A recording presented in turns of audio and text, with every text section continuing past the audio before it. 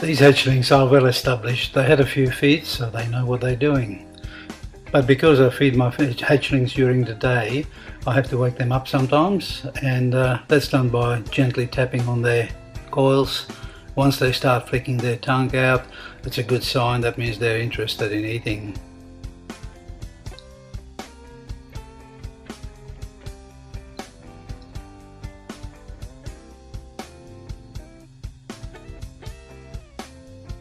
Sometimes they need to be provoked into a bit of a defensive strike, which helps. Once they get the pinky in their mouth, all good.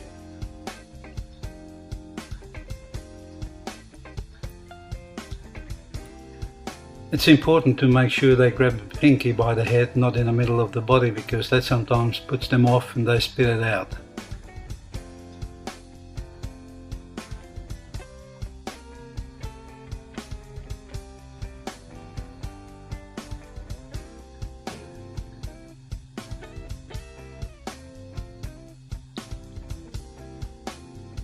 Now sometimes it takes a little bit more than just a little tap on the side of the body.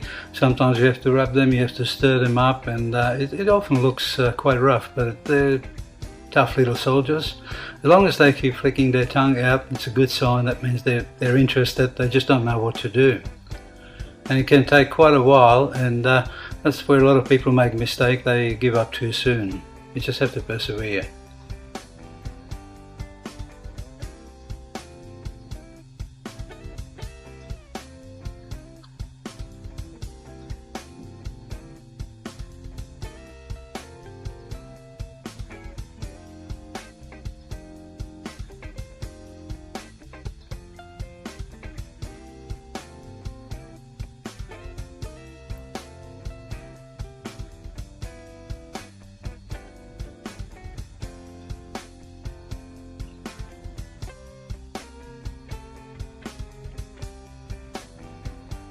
Oh, that looks promising.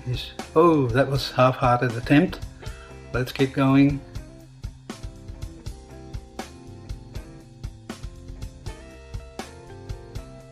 And he's got it. All good.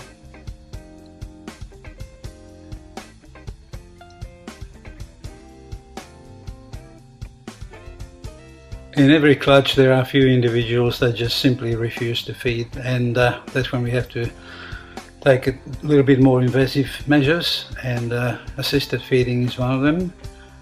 I prefer to leave the hatchling on the perch and just open its mouth with the pinky rather than with some instrument.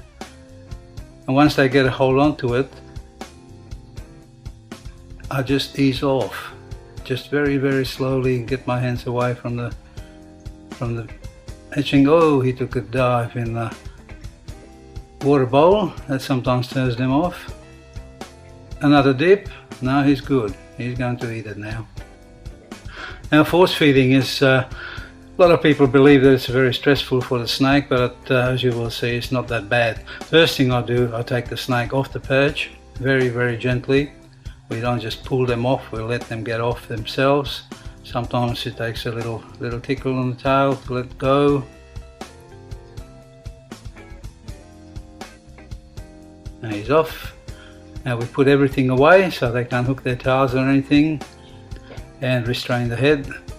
And again I will open his mouth with the pinky by pushing on the upper jaw and the lower jaw, just very gently.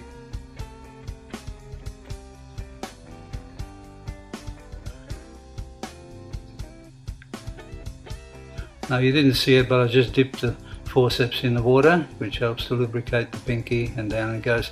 I'm moving the snake up and down a little bit because he's hooking his tail on the edge of the table, which is something I don't want. Now we've got to make sure the body is not twisted in the palm of my hand, and just work it down very, very slowly.